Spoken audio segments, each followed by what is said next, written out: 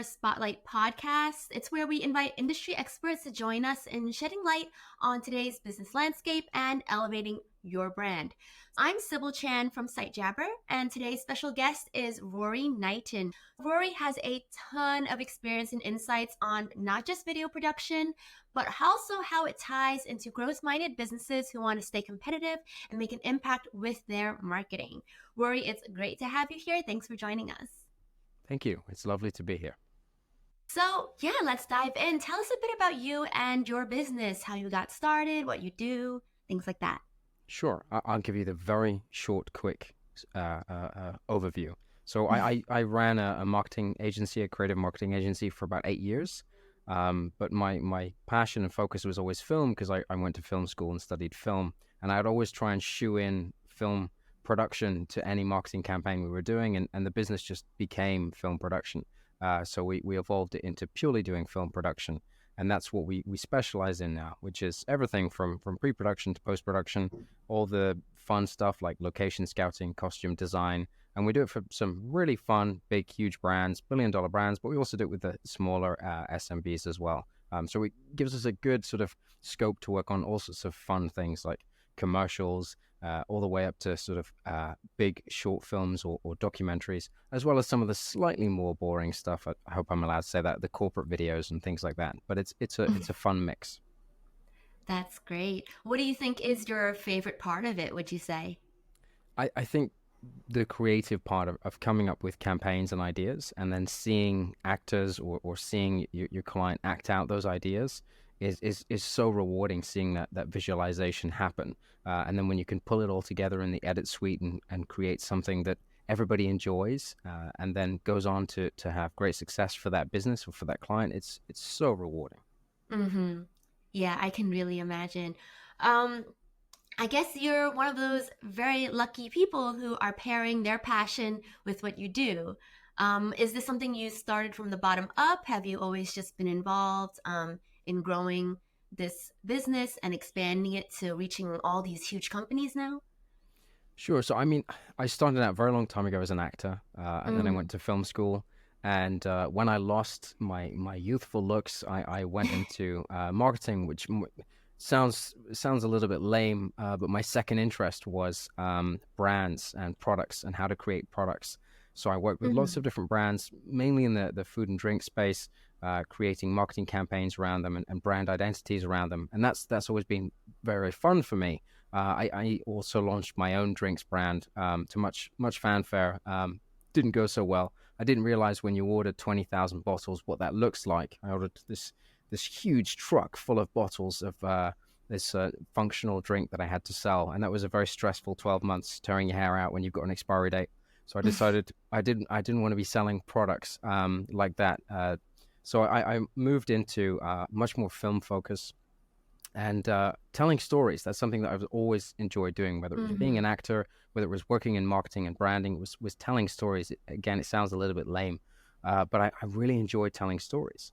And so film is probably the best medium to tell those kind of stories. It allows you to express yourself and connect with your audience and create something emotional. And you can still create emotional content for brands.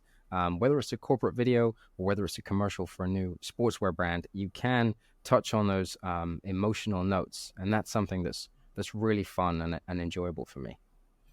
Yeah, absolutely. 100% agree. As a marketer myself, we totally understand the whole telling stories, bring the emotional aspect to it, all because we're in business or particularly serving B2B. Traditionally, it feels a bit more serious, more corporate, more buttoned up. But I think you may have seen it yourself over these many years how marketing has evolved, how we're so much more embracing storytelling and, trying to break the status quo, attract audiences and connect with people using, stories and emotional elements. So absolutely love that. Love bringing in the film. So yeah, speaking of, just seeing how things have changed over all your time in film, going into marketing, going into different brands, let's dive into some hot topics nowadays, which is machine learning, AI. Businesses everywhere are finding ways to take advantage of these technologies, rolling out new products or features, developing their own AI or algorithms, and so on. So, how have you seen machine learning influence video production? Are there any specific advantages or innovations that stand out that you've seen over these years? It's in no small way, it's completely transformed video production. So our workflows have tripled and quadrupled in efficiency and speed. It's unbelievable. So a good example is we do something called compositing or VFX work. So it's the invisible effects. So we're painting out backgrounds or we're removing people from scenes. If you think sort of green screen, that kind of thing. You used to have to cut people out manually, and that would take hours and hours because you've got to do it frame by frame. There's 24 frames a second. If you're doing 3 or 4 minutes of footage, you're talking hours of work, painstaking work, tedious, boring stuff. And now machine learning can do that in literally a single click. Not always 100% perfect, but it's probably about 95% perfect, and it gets you about 95% of the way there. It's transformed our business. We've gone from spending 3 to 4 hours per team member, per project, per week, which is around about 30 hours a month, total up a year. It's a few hundred hours a year that we would spend doing this work. It's been eradicated. It's been completely removed, which we can now do in moments, in seconds. And it's breathtaking. I try not to sound old, but I remember how it used to be a long, long time ago. It was very difficult, very painstaking. And just in the last few years, it's completely changed and transformed workflows, especially new innovations from companies like Runway ML, where you can paint areas of the video that you want to animate or to remove, and it just does it through machine learning. It's breathtaking. Absolutely, yeah. Particularly saving people so much time. You're mentioning hundreds of hours. That's no small amount of time.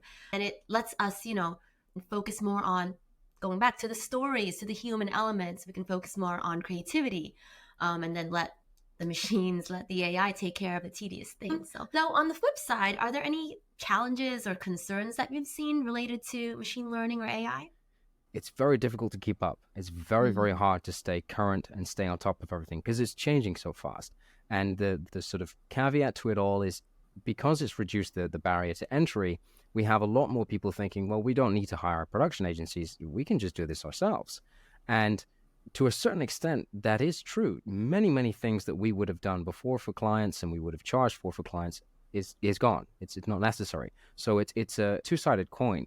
We've leaps and bounds saved time, which means we can take on more projects and increase our revenue. But we've also lost some work there because AI can now do those tasks very, very easily for companies in-house. The large language models are so efficient now. You can talk to it like another person, a human being, ask it what you want, and it will generate what you want. And if it's not right, you can ask it to fix it, and it does it. So that is quite frightening. It's not able to pick up a camera yet and shoot video, but when it can pick up a camera and shoot video, then I'll be a little bit worried. Yeah, very understandable. With the amazing capabilities of AI, there's of course a lot of concern and controversy amongst different groups of people where, oh, is it going to steal jobs? Is it going to reduce the barrier to entry so much that literally anyone can step up and think that they can replace years of experience with just a click of a button? And of course, like you mentioned, the more tedious things are handled very quickly. But how do we make sure that we're enforcing the idea that, human capital, the human element, the layers of stories and experiences that we share have so much value still?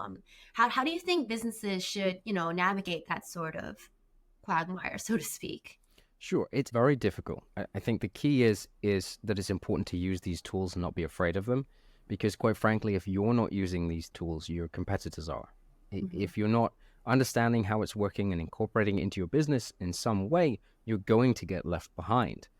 That being said, it's important to create some sort of safeguards and barriers to entry for tasks that machines can do that perhaps we would still prefer a human to do, and those more creative elements, because large language models are very good at creativity now. They can write beautiful poetry, breathtaking poetry. They can create amazing, beautiful artworks, but there is something different when it's created by a human, and you know that person and you have a relationship with that person, and you can have a group think where you can bounce ideas off each other and you can brainstorm, which you can't quite do with AI. So I think the important part is to set up limits of how much AI is encroaching on your business and not let it dominate your business. Yeah, it's going to be an ongoing topic. AI, machine learning, that's not going away anytime soon. So yeah, absolutely great advice about, how we can adapt and focus on the value that we still bring. So looking ahead, what trends do you foresee where machine learning video production intersect? How can businesses, in your opinion, prepare for the future and stay ahead of everything? Well, I think the key is understanding how large language models work and how they can aid your business. So there's tons of free resources online to learn and understand the differences of how each AI works. So OpenAI recently released some new extensions to the large language models where you can get customized versions of these large language models. So you can create an avatar essentially that is a social marketing manager. And you can talk specifically to a social marketing manager. And that can be massively helpful for small businesses that don't perhaps have the capital to hire a social media manager or a marketeer or perhaps even a designer. You can create these avatars that you can engage with and converse with and get some advice from.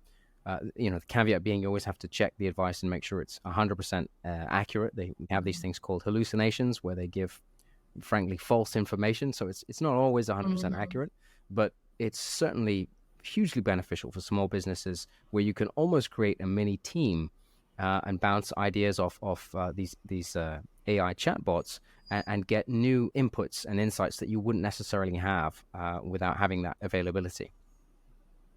Yeah, very exciting stuff nowadays. Lots of help for smaller businesses, especially trying to build a team. So, I want to take this time and segue a bit back to, why video is so important for businesses in the first place. Whether you're just starting out or whether you're already well established, what can you tell us about using video as a tool for marketing? About 80% of all content consumed online is video based. Uh, Retention for video is 97% versus text is around about 27%. So the moving image, the human brain is hardwired to look at high contrast moving images. We're just built to it. If you see a moving image, you immediately look to it. You walk into a room, there's a TV on. Doesn't matter if it's something uninteresting, you naturally glance over at it. So we're hardwired for that.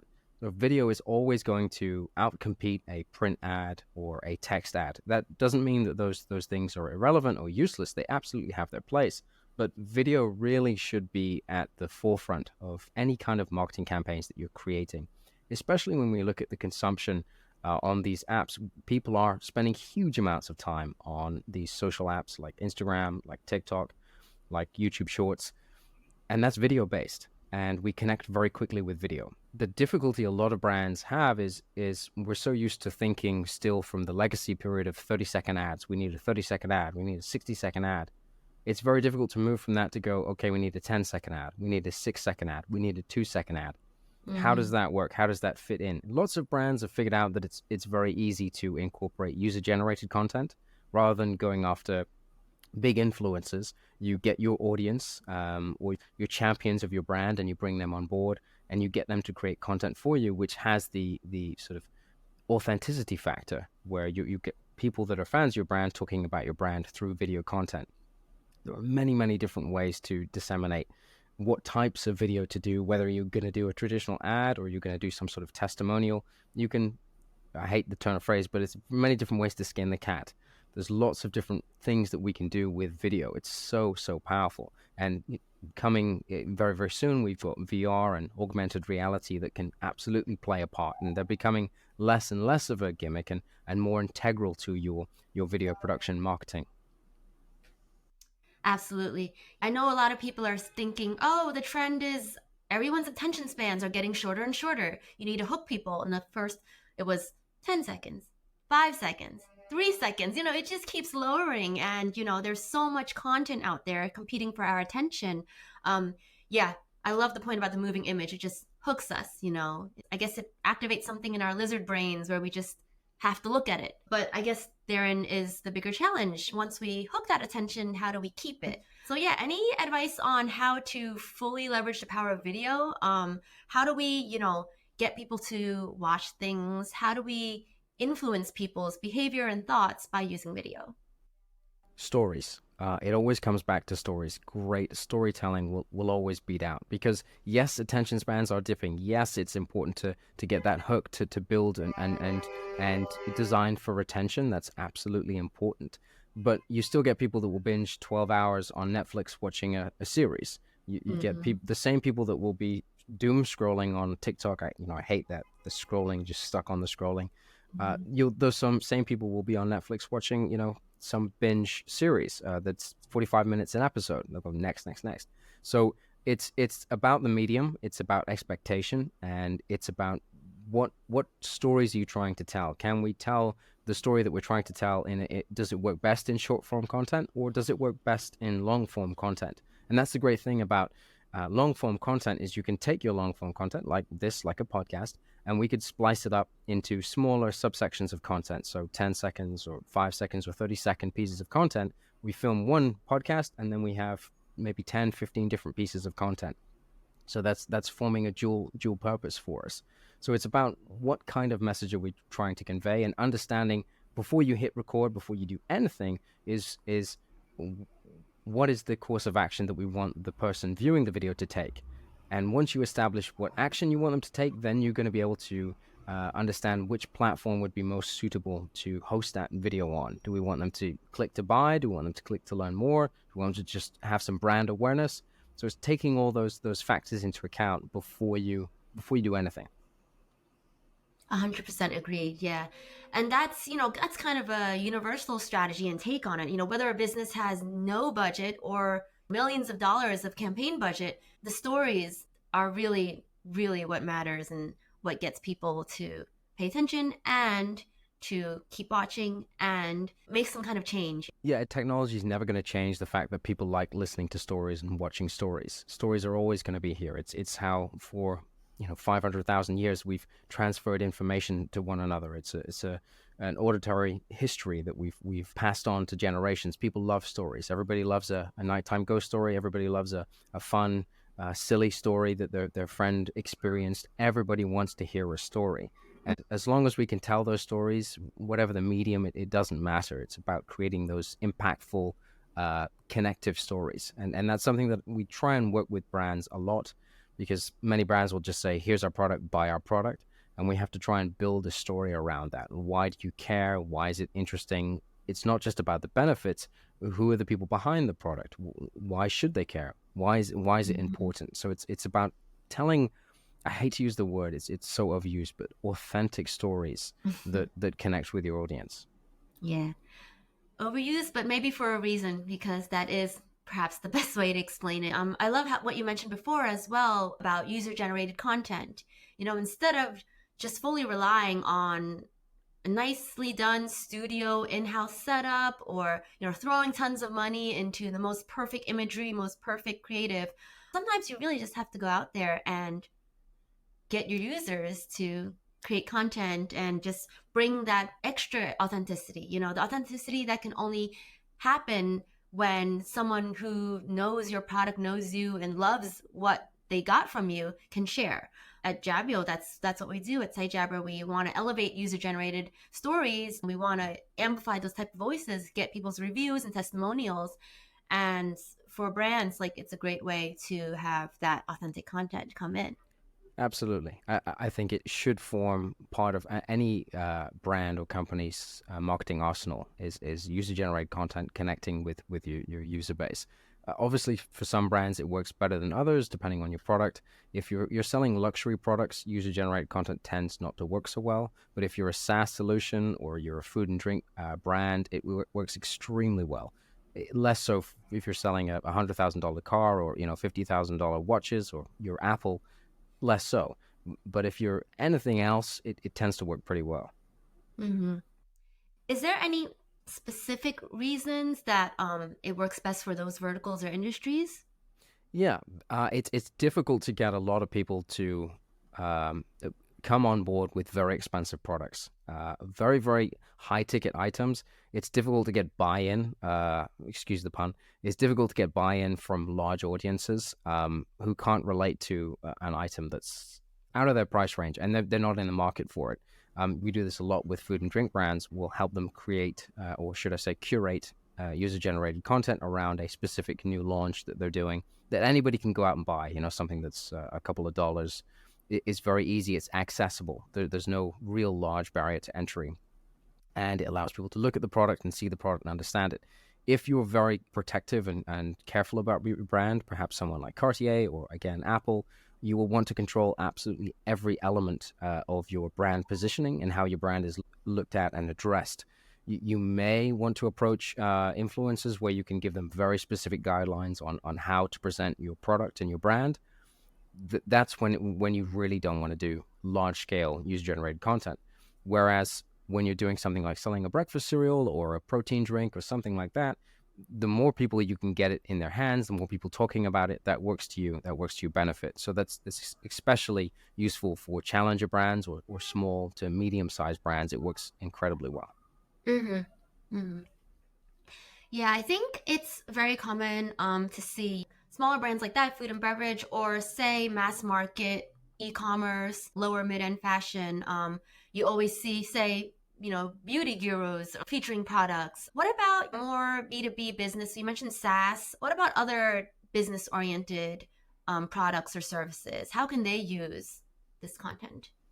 What tends to perform better is testimonial videos or case studies, longer form case studies. So B2B, when targeting B2B specifically, you want to spend a lot more time laboring over not just the benefits, but the background of your product, the history, the provenance of your product, telling a longer story, because businesses are going to take a longer time with that buying decision. It's usually going to be, again, a higher ticket item, higher purchase price, or perhaps a long form monthly subscription.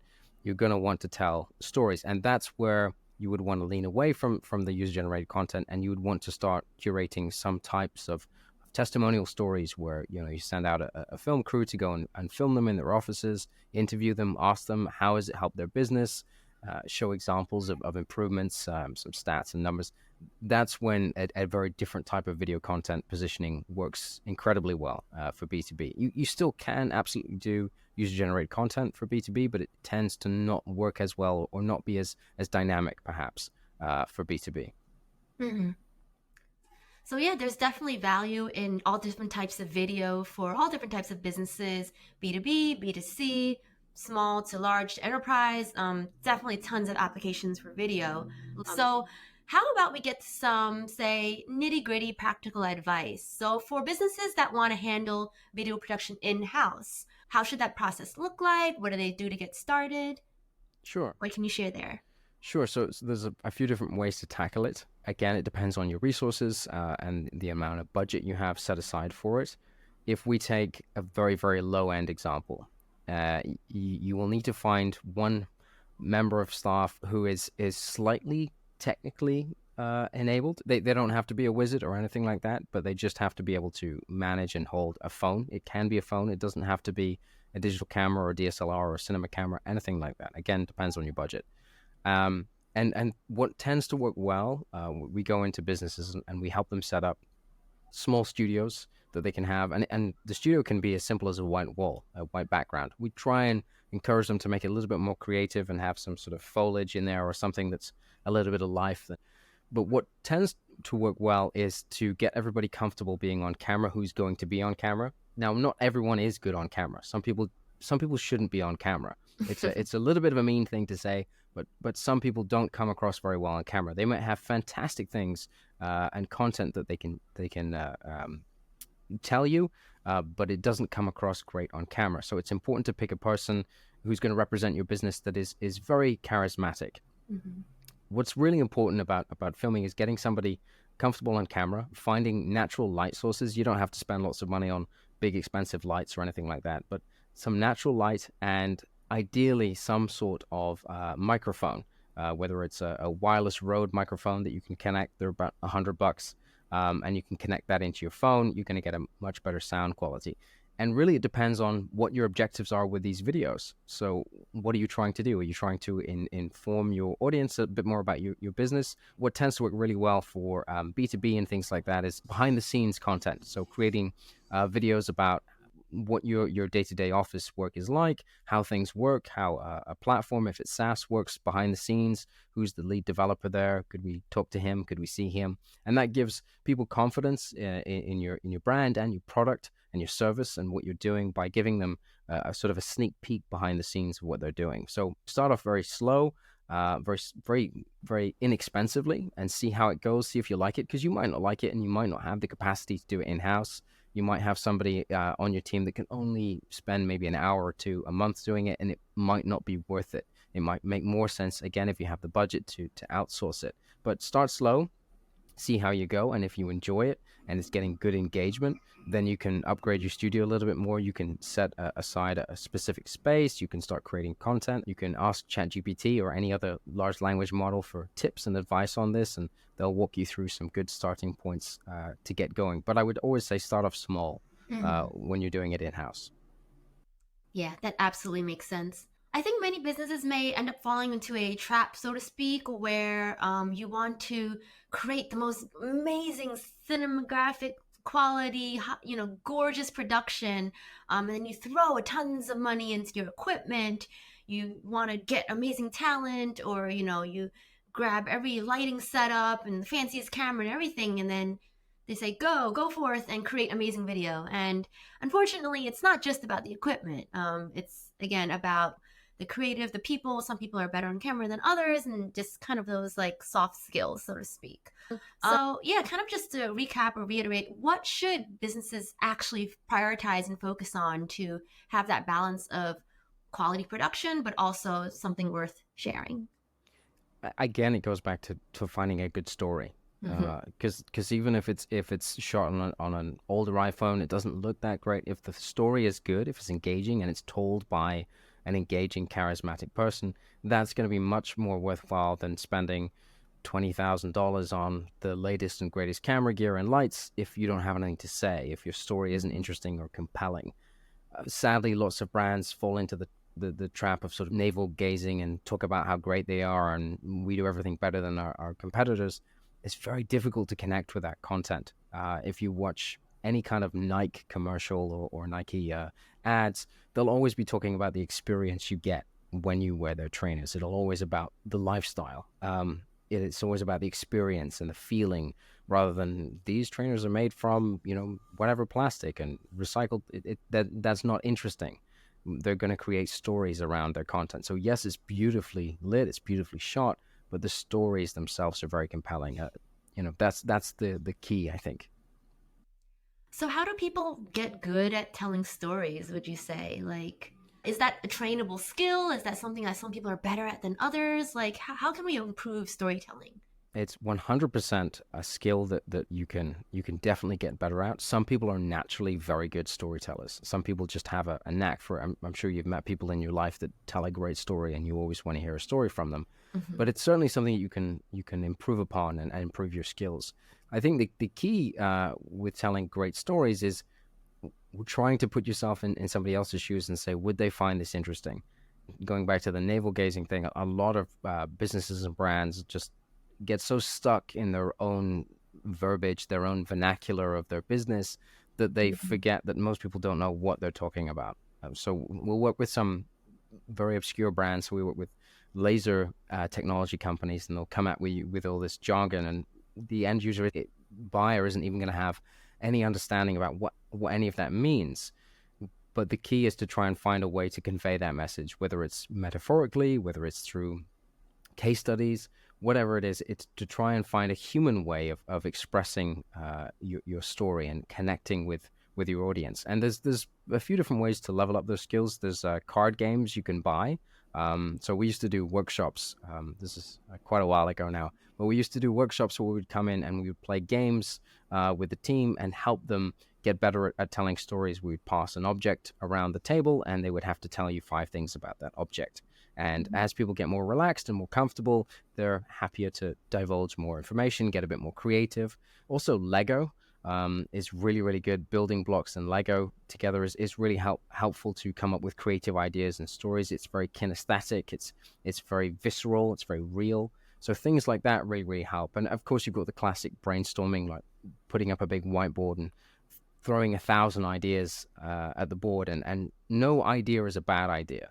Any idea can go on there, and the goal is for everybody to vote on, okay, what's better, keep improving on that idea until you get to better ideas. And it's no good doing things in silos, so you should always test your ideas, test your stories on other people, and see if other people are engaged and listening to what you say. Mm-hmm. Yeah, absolutely. Great advice. You mentioned examples of brands that are doing really well with something like this, like Nike, doing the story around the shoe, not just about the shoe as a piece of plastic that you wear on your feet, but what's behind that, what it means to wear Nike, how it feels, what you can achieve with it, things like that. Are there other examples of brands that you see that are really killing it with, their video marketing and storytelling?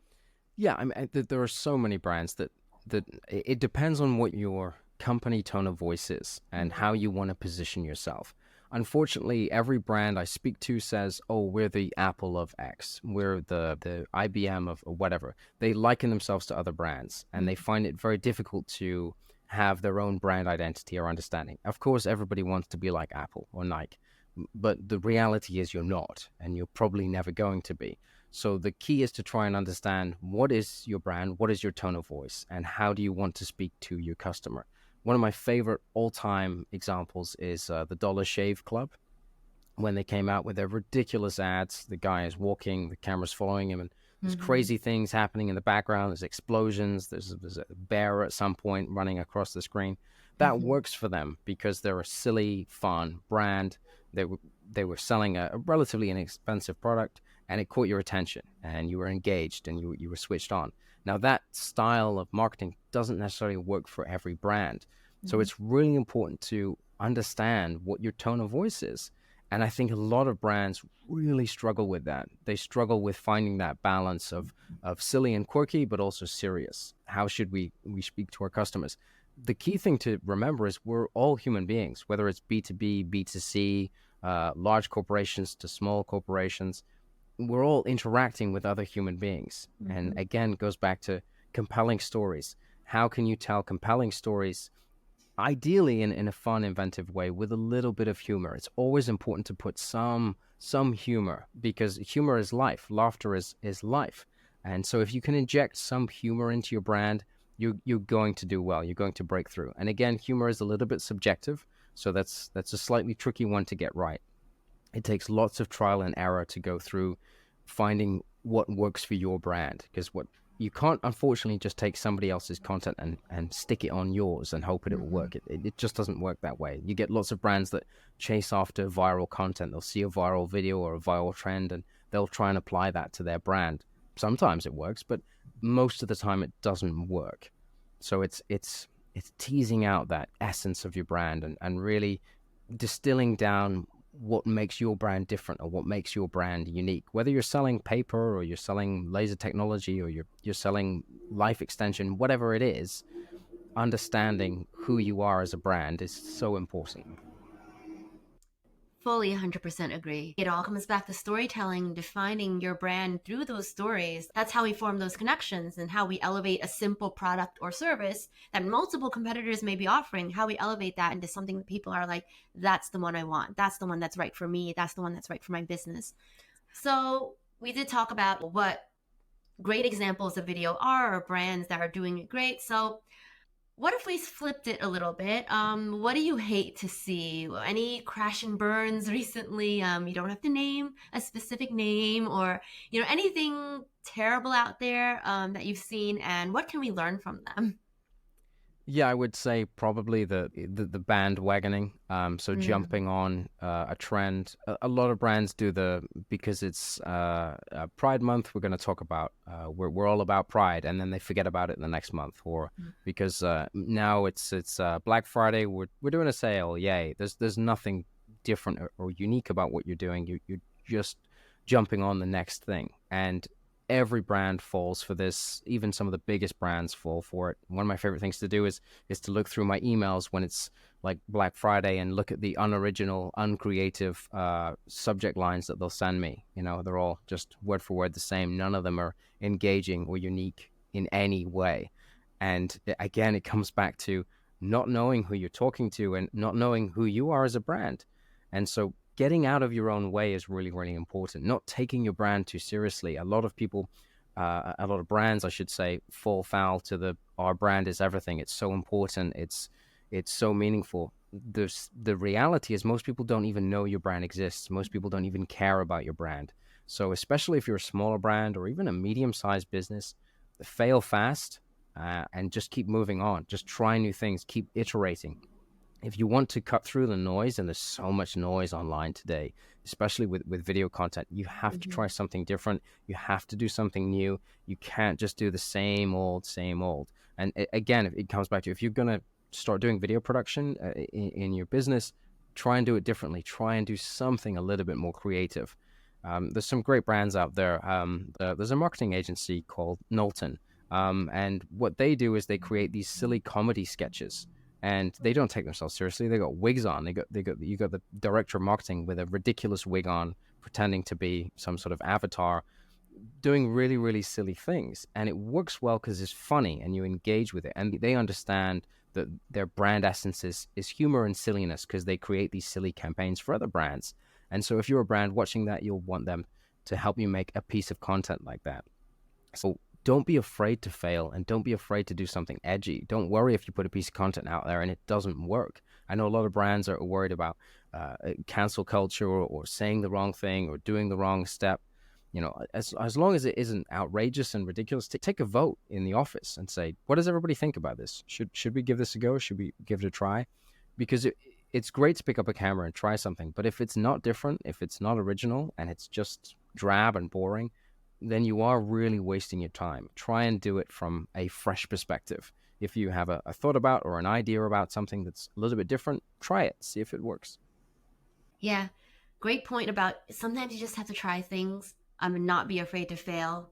A lot of brands are caught up in trying to maintain that perfect brand image. And of course, it's understandable, especially from our angle as Site Jabber and Jabio, where we're involved in online reputation. A lot of people are worried about, one little negative thing is going to destroy everything we've worked so hard to build in terms of our positioning and our differentiators and our credibility. So I guess with video, with creative, you've got to take that leap sometimes, huh? Absolutely. There's no time like the present to try something new and different. And what about buy-in? So, what if there are still stakeholders or other decision makers who aren't fully sold into the idea of how to use video effectively, or they think video is only about silly kids on TikTok doing silly things? What does that have to do with our business whatsoever? What would you say about creating video that still works for brands that are more serious or more business focused, so to speak? It's always a challenge. I've spoken to many brands, especially larger brands, where they have big stakeholders or they have a board that you have to go and talk to the board, and they're grumpy, later in life people that aren't necessarily convinced of what you're trying to, not necessarily sell them, but convince them of. It can be difficult to get buy-in. The best asset you have to combat that is statistics and facts about video. As I said before, the majority of content online is video content. There's something ridiculous like 1 billion hours of video uploaded to YouTube every day, or I think it's even every hour or something ridiculous. It's outrageous. The amount of content that's out there, majority of it is now video. If you're not creating video, if you're not pushing video forward, you're going to get left behind. It's important. Whether you're a pottery company that was established in 1850, it doesn't matter. You have to be creating video content to connect with your audience. There isn't really any other way around it. And I would hope that the statistics and the analytics speak for themselves in terms of conversions from video. Every brand we work with, when we do any kind of video campaign, it will outperform any other non-video campaign they've ever done before. It's just how it works, whether they've done huge print campaigns, they've done radio campaigns, any other social image-based campaigns, video will always outperform. Again, if it's done relatively well, but video will always, generally speaking, outperform those other mediums. Mm-hmm. And to kind of wrap everything up, so at what point should a business make the decision where, oh, we need to create video, of course, but do we do it in house or do we outsource it? Do we get an agency? So, how would you advise businesses who are trying to navigate that decision? I would say probably 8 out of 10 or 9 out of 10 times it's going to be you probably want to outsource it, because if you have any kind of budget to allocate that, it's going to be better spent with a seasoned expert agency that can accommodate your budget, whatever it is, and create something for you. Even if you're paying the agency just to consult with you and just to advise you, I would say that's always probably the best port of call, because otherwise you're going to be fumbling around, not knowing what to do, either buying equipment that you probably shouldn't have bought, and getting people in house that aren't necessarily experienced with it. It's not to say that you shouldn't or you can't do things in house. You absolutely can. But if you have any budget available whatsoever, you should try and get some sort of consultant, creative agency, or even an individual, a freelancer. Just get a chat with them. Get them to come into your office, have some coffee with them, have some lunch with them. Just understand what the process is and what it involves. There's many different models out there. There's some agencies that do type of subscription models where you pay a set monthly fee. They come in, they film 2 or 3 days a week or once or twice a month. They'll edit all your content for you. They'll maybe do one long form interview with you, and they'll split it up into lots of different chunks of content. I think the first step is really to understand, what have you got available, what resources have you got available, and what can you do with those resources. And most of the time it's going to benefit you to speak with an expert wherever they may be in that industry. Mm-hmm, mm-hmm. And if our listeners want to work with you, how would they go about that? How do you, connect with potential clients? What do you look for? That whole process. Sure. It starts off by conversation. Just by having a conversation, that's the best way. As I said, we work with all sorts of brands, billion-dollar companies with global offices to smaller, medium-sized startups and challenger brands. We work with food and drink brands, and we work with engineering brands, industrial brands. We also work with some very large YouTube influencers. So also all sorts of interesting, fun people. The best way to start is just to have a conversation. So you can just hit us up and we'll have a chat and understand what your problems are, what your issues are, what your objectives are, what you're trying to solve, and if we can help, or we'll point you in the direction of where you could probably be better off getting some help. Sounds great. We'll be sure to include all that information in our descriptions, link everyone so they can easily reach out to you if that's something they're looking to do. So yeah, that brings us to the end of today's episode. Rory, thank you so much for sharing your insights on the intersection of machine learning and video production, all those great tips for video marketing, of course, reiterating the super, super utmost importance of storytelling for brands, all types of brands. So yeah, thank you so much for sitting down with me today. My pleasure. And to our listeners, be sure to drop a comment with your thoughts on today's episode. Like, subscribe, and share. Your feedback is always appreciated, helps us bring you more valuable conversations. And more about Rory and Knighton Studios, we're going to give you those links in the description. And for more about SiteJabber and our platform, Jabio, you can check out sitejabber.com/business. We'll see you in the next Smart Customer Spotlight.